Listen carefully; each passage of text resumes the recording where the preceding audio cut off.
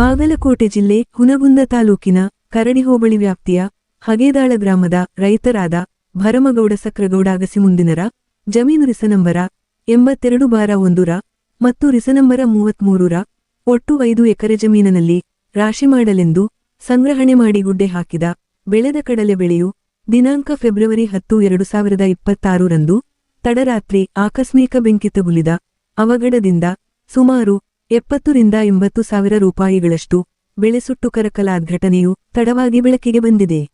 ಈ ಅಗ್ನಿಯವಘಡದಿಂದ ಸಂತ್ರಸ್ತ ರೈತ ದಂಪತಿಗಳಾದ ಭರಮಗೌಡ ಮತ್ತು ಶ್ರೀಮತಿ ಗಂಗಮ್ಮ ಅಗಸಿಮುಂದಿನ ಹಾಗೂ ಹಗೇದಾಳ ಗ್ರಾಮದ ನಿವಾಸಿ ಮತ್ತು ಮಾಜಿ ಸೈನಿಕರಾದ ಯಂಕನಗೌಡ ಹಗೇದಾಳರು ದಿನಾಂಕ ಫೆಬ್ರವರಿ 11, 2026 ರಂದು ಮಧ್ಯಾಹ್ನ 3 ಗಂಟೆಗೆ ಅಗ್ನಿಯವಘಡದ ಘಟನಾ ಸ್ಥಳದಲ್ಲಿ ಮಾಧ್ಯಮ ಪ್ರತಿನಿಧಿಗಳೊಂದಿಗೆ ಮಾತನಾಡಿ 2 ತುಂಡ ಭೂಮಿಗಳಲ್ಲಿ ಸಾಲ ಸೂಲ ಮಾಡಿ ಬೆಳೆದ ಕಡಲೆ ಬೆಳೆಯು ಆಕಸ್ಮಿಕ ಬೆಂಕಿಗೆ ಸುಟ್ಟು ಕರಕಲಾಗಿ ಕೈಗೆ ಬಂದ ತುತ್ತು ಬಾಯಿಗೆ ಬಾರದಂತಾಗಿ ಹೊಟ್ಟೆಗೆ ಬರೆಳೆದಂತಾಗಿದೆ ಎಂದು ಕಣ್ಣಂಚಿನಲ್ಲಿ ತುಂಬಿಕೊಂಡ ಜಿನಗುವ ನೀರಿಲ್ಲಿ ಭಾವುಕರಾಗಿ ತಮಗಾದ ನೋವಿನ ಬವಣೆ ತೋಡಿಕೊಂಡರು.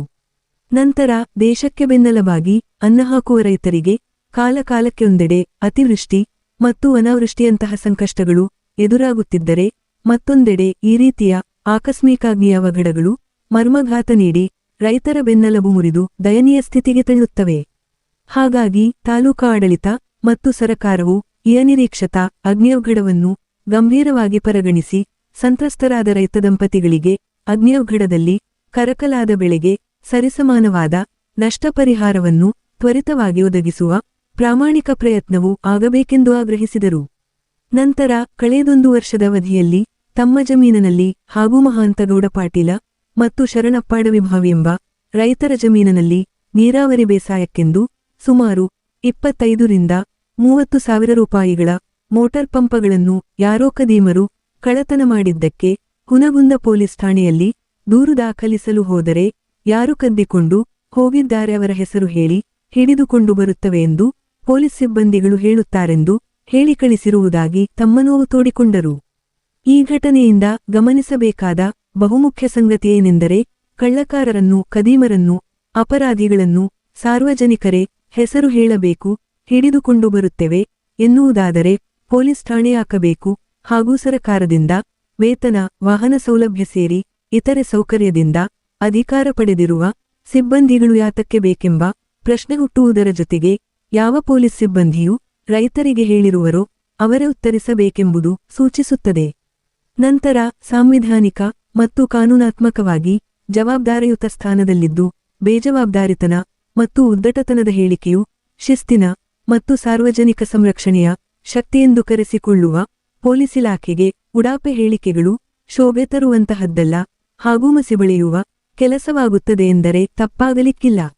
ಹಾಗಾಗಿ ಅನ್ಯಾಯಕ್ಕೆ ತುತ್ತಾದ ಪ್ರತಿ ನಾಗರಿಕನ ಸಂರಕ್ಷಣೆಯು ತನ್ನಾದ್ಯ ಕರ್ತವ್ಯೆಂದು ಮತ್ತು ತನ್ನ ಗುರುತರ ಜವಾಬ್ದಾರಿ ಎಂದು ತಿಳಿದು ನಿರ್ವಹಿಸಬೇಕೆಂಬುದೇ ಸಾರ್ವಜನಿಕ ವಲಯದ ಆಶಯವಾಗಿರುತ್ತದೆ. ನಂತರ ರೈತರಿಗೆ ಮಾಧ್ಯಮ ಪ್ರತಿನಿಧಿಗಳು ಈ ಅಗ್ನಿಯವಘಡದ ಮತ್ತು ಮೋಟರ ಪಂಪಗಳ ಕಳ್ಳತನ ಬಗ್ಗೆ ಕೇಳಲಾದ ಪ್ರಶ್ನೆಗಳಿಗೆ ಉತ್ತರಿಸಿದರು. ಈ ಸಂದರ್ಭದಲ್ಲಿ ರೈತರಾದ ಮಹಾಂತೇಶ ತೆಗ್ಗಿನಮನಿ, ಬಸಪ್ಪ ಚಲುವಾದಿ, ಯಂಕಣ್ಣ ತಮ್ಮಣ್ಣವರ, ಯಂಕಣ್ಣ ತೆಗ್ಗಿನಮನಿರು ಉಪಸ್ಥಿತರಿದ್ದರು. ಲೋಕನಾಯಕ ಕನ್ನಡ ನ್ಯೂಸ್ ಬ್ಯೂರೋ ರಿಪೋರ್ಟ್ ಹಗೇದಾಳ. ಇದು ಬೆಂಕಿ ಅವಘಡ ಹ್ಯಾಂಗ್ ಸಂಭವಿಸ್ತೀರಿ? ನಿಮ್ಗೆ ಏನು ಗೊತ್ತೈತೆ ಅನ್ ಮಾಹಿತಿ ರೀ? ಸ್ವಲ್ಪ ಹೇಳ್ರಿ ನೀವು. ಇದು ಹ್ಯಾಂಗ್ ಆಗೈತಿ? ಇದು ಬೆಂಕಿ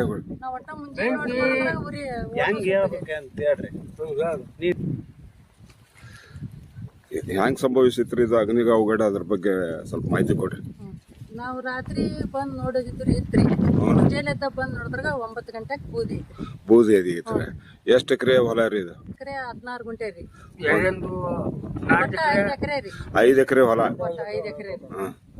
ಇದು ಎಷ್ಟು ಐತ್ರಿ ಹೊಲ? ಇದು 5 ಎಕರೆ ಹೊಲ.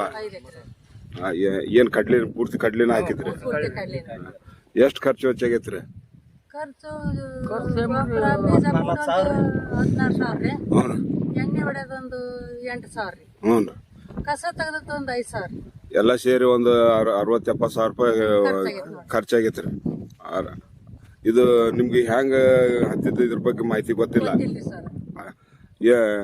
ಇದು ಮತ್ ಯಾರ ಮ್ಯಾಗ ನಿಮ್ಗೆ ಸಂಶಯ ಗಿಂಶೆ ಐತೇನ್ರಿ? ಇಲ್ರಿ ಸರ್, ನಾವು ಯಾರ ಮ್ಯಾಗ ಸಂಶಯ ಕೊಡಕ್ ಹೋಗೋದ್ ಆಗದಲ್ರಿ. ಇಲ್ಲಿ ಎಲ್ಲ ಓದಲ್ರಿ ಮಾಡ್ಯಾರಲ್ರಿ, ನಮ್ಗ್ ಗೊತ್ತಿರ್ಲಿ. ಆದ್ರ ರಾತ್ರಿ ನೋಡಿದ್ರಿ, ಮುಂಜಾನೆ ಬದ್ರ 9 ಗಂಟೆ ಬದ್ರ ಬೂದ್ ಐತ್ರಿ. ಏನ ಈಗ ರಾಶಿ ಯಾವಾಗ ಮಾಡೋರಿದ್ರಿ ನೀವು? ನಾವು ನಾಳೆ ಮಾಡಾರಿದ್ವಿ. ನಾಳೆ ಮಾಡೋರಿದ್ರಿ? ನಾಳೆ ಮಾಡೋರಿದ್ರಿ. ಇದು ಕಡ್ಲೆ ಅಷ್ಟ ಸುಟ್ಟೈತೆ, ಆ ಚಕಡೆ ಸುಟ್ಟಿಲ್ಲ. ಸುಟ್ಟಿಲ್ರಿ. ಯಾರ ಮ್ಯಾಗೂ ನಿಮ್ಗೆ ಸಂಶಯ ಇಲ್ರಿ? ಸಂಶಯ ಇಲ್ರಿ. ಇದು ಸರ್ವೆ ನಂಬರ್ ಎಷ್ಟ್ರಿ ಇದ್ರ ಹೊಲದ್ದು ಗೊತ್ತೈತೇನ? 33 ಬಾರ್ ಬಾರು ಎಷ್ಟೈತ್ರಿ? ಬಾರ್ ದಾಸಿ ಇಲ್ಲ. ನಿಮ್ಮ ಹೆಸರು ಏನ್ರಿ? ಬರಂಗೌಡ. ಅಡ್ಡ ಹೆಸರು ಅಗಸಿಮಂದ್ರ. ನಿಮ್ಮ ಹೆಸರು ಅಕ್ಕೋರ? ಗಂಗಮ್ಮರಿ.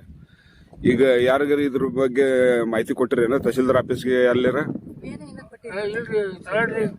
ಕೊಟ್ಟಿವ್ರಿ. ಹಾ ರೀ, ಅವ್ರು ಬಂದು ಫೋಟೋ ತಕೊಂಡ್ ಹೋಗ್ಯಾರ. ಫೋಟೋ ತಕೊಂಡ್ ಹೋಗ್ಯಾರ. ಏನಂತ ಹೇಳಿದ್ರಿ ಅವ್ರು? ಇಲ್ಲ, ನಾವೆಲ್ಲ ಸರ್ಚ್ ಮಾಡ್ತೀವಿ ಅಂತ ಹೇಳಿದ್ರಿ. ಸರ್ಚ್ ಮಾಡ್ತೀನಿ ಅಂತ ಹೇಳಿದ್ರಿ. ಯಾರು ವಾಲಿಕಾರಿ ಏನು ತಲಾಟಿ ಹೆಸರು ಗೊತ್ತೈತೇನ್ರಿ? ಅವ್ರು ಯಾರು ಬಂದವ್ರು? ವಾಲಿಕರ್ ಹೆಸರು ಗೊತ್ತದ? ವಾಲಿಕಾರಿ ಹೆಸರು ರೇಮನ್ ಸಾಬ್. ನೀವು ಒಂದು ಅರ್ಜಿ ಬರೀರಿ, ಬರೆದು ಕೊಟ್ರಿ. ಏನೇನು ನಿಮ್ಗೆ ಎಷ್ಟು ಖರ್ಚಾಗೈತೆ ಎಲ್ಲ ಕೂಡಿಸಿ ಅಲ್ಲಿ ತಹಶೀಲ್ದಾರ್ ಆಫೀಸ್ಗೆ ಅರ್ಜಿ ಕೊಡ್ರಿ.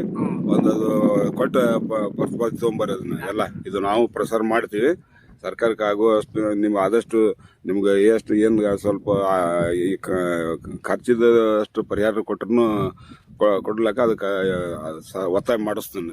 ಇದು ಮಾಧ್ಯಮದ ಮುಖಾಂತರ ಹೋಗುತ್ತೆ. ಏನ್ ಇದು ಮಾಡ್ಕೊಳಕ್ ಹೋಗ್ಬೇಡ್ರಿ. ನಿಮ್ಗೆ ಏನು ಸಂಶಯ ಇಲ್ಲಲ್ಲ ಇದ್ರ ಬಗ್ಗೆ ಯಾರಿಗೂ? ಅಷ್ಟೇ, ಆಯ್ತು. ಓಕೆ, ಹಾ ಹೇಳ್ರಿ, ಮಾತಾಡ್ರಿ. ಸರ್, ನನ್ನ ಹೆಸರು ವೆಂಕನಗೌಡ ಆಗ್ಯದಾಳ ಅಂತ, ಮಾಜಿ ಸೈನಿಕ, ಪ್ರಾಪರ್ ಆಗ್ಯದಾಳ. ಹೇಳ್ತಪ್ಪ ಅಂತಂದ್ರೆ ಇದು ಒಂಥರ ನಮ್ಗೆ ದುಃಖಿಕರ ಸಂಗತಿ.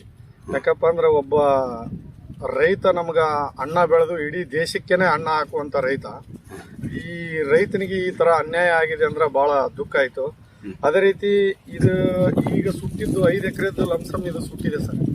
ಇದ್ರ ಖರ್ಚು 60 ರಿಂದ 70 ಸಾವಿರ ರೂಪಾಯಿ ಖರ್ಚು ಮಾಡ್ಯಾರ. ಮತ್ತೆ ಅದರಿಂದ ಇವ್ರ ಶ್ರಮನೂ ಇದೆ, ಇವ್ರ ಕೆಲಸನೂ ಮಾಡ್ಯಾರ. ಲಂಸಮ್ 1 ಲಕ್ಷ ರೂಪಾಯಿ ತನ ಇವ್ರದ್ದು ಶ್ರಮ ಇದೆ ಇದರಲ್ಲಿ. ಅದು ಅಲ್ಲದೆ ಇದಕ್ಕಿಂತ ಮುಂಚೆ ಇವ್ರದೇ ಪಾಪ ಒಂದು ಪಂಪ್ ಸೆಟ್ ಮೋಟ್ರ 5 ಮೋಟ್ರನು ಇವ್ರದ್ದು ಕಳುವಾಗಿದೆ. ಮತ್ತೆ ಇವ್ರದಲ್ಲ ಇವ್ರು ಇನ್ನೊಬ್ರು ಅಂತಂಬ್ರಿ ಇಲ್ಲಿ ಪಾಟೀಲ್ರ, ಮಾಂತೇಶ್ ಪಾಟೀಲ್ ಅಂತೇಳಿ ಅವ್ರದೊಂದು, ಮತ್ತೆ ಇನ್ನೊಂದು ಶರಣಪ್ಪ ಗೌಡ ಅಡಿಬಾಯ್ ಅಂತ 3 ಮೋಟ್ರ ಇದೇ ಟೈಮ್ಗೆ ಇವ ಲಂಸಮ್ 1 ವರ್ಷ ಹಾಕಿ ಬಂದಿರ್ಬೋದು ಸರ್. ಎಷ್ಟು ಬೀಳ್ತೈತ್ರಿ ಒಂದು ಪಂಪ್ ಸೆಟ್ಗೆ? ಅದು ಒಂದು ಪಂಪ್ ಸೆಟ್ಗೆ ಸರ್ ಅದು 25 ರಿಂದ 30 ಸಾವಿರ ರೂಪಾಯಿ ಒಂದು ಪಂಪ್ ಸೆಟ್ಗೆ ಬೀಳುತ್ತೆ ಸರ್. ಅದು ಇವ್ರಿಗೆ ಸಿಗ್ಲಿಲ್ಲ, ಅದು ಹೋಯ್ತು. ರಾತ್ರಿ ಅಂತೂ ಕಾಯಕ್ ಆಗಲ್ಲ ಸರ್. ರೈತರು ಹಗಲಿ ಇರ್ತಾರ, ಸಾಯಂಕಾಲ ಲಾಸ್ಟ್ ಅಂದ್ರೆ 7 ಗಂಟೆವರೆಗೆ ಇರ್ತಾರ. ಅವ್ರ ಮನೆಗೆ ಹೋಗ್ತಾರ. ಅವು 3 ಮೋಟ್ರ್ ಹೋದ್ವು. ಮತ್ತೆ 3 ಮೋಟ್ರ್ ಹೋದ್ಮೇಲೆ ಇದೊಂದು ಹೊಡ್ತಾ ಬಿತ್ತು ಇವ್ರಿಗೆ. ಮತ್ತೆ ಅವ್ರ ಪಾಪ ಯಾರ ಮೇಲೆ ಏನು ಸಮಸ್ಯೆ ಇಲ್ಲ. ಮತ್ತೆ ನಾವು ಇದೇ ಊರಿನವರಾಗಿದ್ಕೊಂಡ ಹೇಳ್ತೀವಿ, ಅವರು ಎಲ್ಲರ ಜೊತೆ ಅನ್ಯೋನ್ಯವಾಗಿ ಇದ್ದಾರೆ. ಈಗ ಪಂಪಿನ ಬಗ್ಗೆ ನೀವು ಏನ್ ಅಲ್ಲೇ ಇದಕ್ಕ ಪೊಲೀಸ್ ಠಾಣೆಗೆ ದೂರ ಗೀರ್ ಕೊಟ್ಟಿರೇನ? ಪೊಲೀಸ್ ಸ್ಟೇಷನ್ಗೆ ಒಂದ್ಸಲ ಇವ್ರು 3 ಜನ ಕೂಡಿ ಹೋಗಿದ್ರ. ಯಾವಾಗ ಹೋಗಿದ್ರಿ ಇವ್ರು? ಯಾರು ಹೋದ್ರ ಅವ್ರ ಮೇಲೆ ಸಂಶಯ ಇದ್ರೆ ನೀನ್ ಕೊಡು, ನಾವ್ ಹಿಡ್ತೀನಿ ಅವ್ರನ್ನ. ಸಂಶಯ ಇದ್ರೆ ಹೇಳೋಕ್ ಹಿಡಿತೀನಿ ಅಂತಂದ್ರು. ಪ್ರಕರಣ ದಾಖಲು ಮಾಡ್ಕೊಂಡಿಲ್ಲ ಏನ ಅನ್ನೋದು? ಇಲ್ರಿ, ನಮ್ ಕಳೆದೈತೆ, ಪ್ರಕರಣ ದಾಖಲು ಮಾಡ್ಕೋರಿ ಅಂತ ಹೇಳ್ಬೇಕಿಲ್ಲ ನೀವು? ನಮ್ಗೆ ಒಂದು ಗ್ರೂಪ್ ಕೊಡು ಅಂದ್ರಿ. ಪ್ರೂಫ್ ಅಂತ ಏನ ನೋಡಿದ್ರೆ ನೀವು ಅವ್ರ ಯಾಕೆ ಬರ್ತಿದ್ರು? ಹಾ, ಅಲ್ಲ ನಾವು ನೋಡಿದ್ರೆ ಹಿಡ್ಕೊಂಡ್ ಬಂದ್ ಕೊಟ್ಟು ಹೋಗ್ತಿದ್ವಿ ನಿಮ್ಗೆ. ಮತ್ತೆ ಸಿಗ್ಲಾರ್ದಕ್ಕೆ ಮತ್ತೆ ಠಾಣೆ ಇದ್ದಿದ್ದಕ್ಕೆ ಬಂದಿದ್ವಿ ಅಂತ ಕೇಳ್ಬೇಕಿಲ್ಲ ನೀವು? ಏನಂದ್ರಿ ಅದಕ್ಕೆ? ಅಂದ್ರೆ ಅವ್ರಂದ್ರಿ ಮತ್ತೆ ಹಿಂಗಂದ್ರೆ ಯಾವ್ರ ಅಂತ ಬಂದ್ರೆ ಹಿಡಿದು ತೋರ್ಸ್ತೀವಿ, ನೀವು ಬಂದು ನಮ್ಮದು ಮೋಟ್ರ ಅಂತ ಅಂದ್ರೆ. ಯಾರ ಜೊತೆ ಮಾತಾಡಿದ್ರಿ? ಪೊಲೀಸರು ಮಾತಾಡಿದ್ರು ಏನ್ PSI ಮಾತಾಡಿದ್ರು? ಭಜಂತ್ರಿ ಅವರು ಈ ರೀತಿ ಹೇಳಿ ಕಳ್ಸ್ಯಾರ. ಈಗ ಒಂದ್ ವರ್ಷದ ಆಸ್ಪಾಸಿನಾಗ ಆಗಿದೆ. ಮೂರೇ ಹೋದ್ರು ಇನ್ನಾದ್ರೂ ಏನು ಅದಕ್ಕೆ ಪತ್ತೆ ಇಲ್ಲ. ನೀವು ಹೊಳ್ಳಿ ಹೋಗಿ ನೀವು ಕೇಳೇನೋ ಇಲ್ಲ? ಅವ್ರು ಸಿಗೋಡ್ರು ಅಂತ ಮುಗಿಸ್ಬಿಟ್ರಿ. ಅವ್ರು ಮುಗಿಸ್ಬಿಟ್ರ ಅಷ್ಟೇ? ಆಯ್ತು.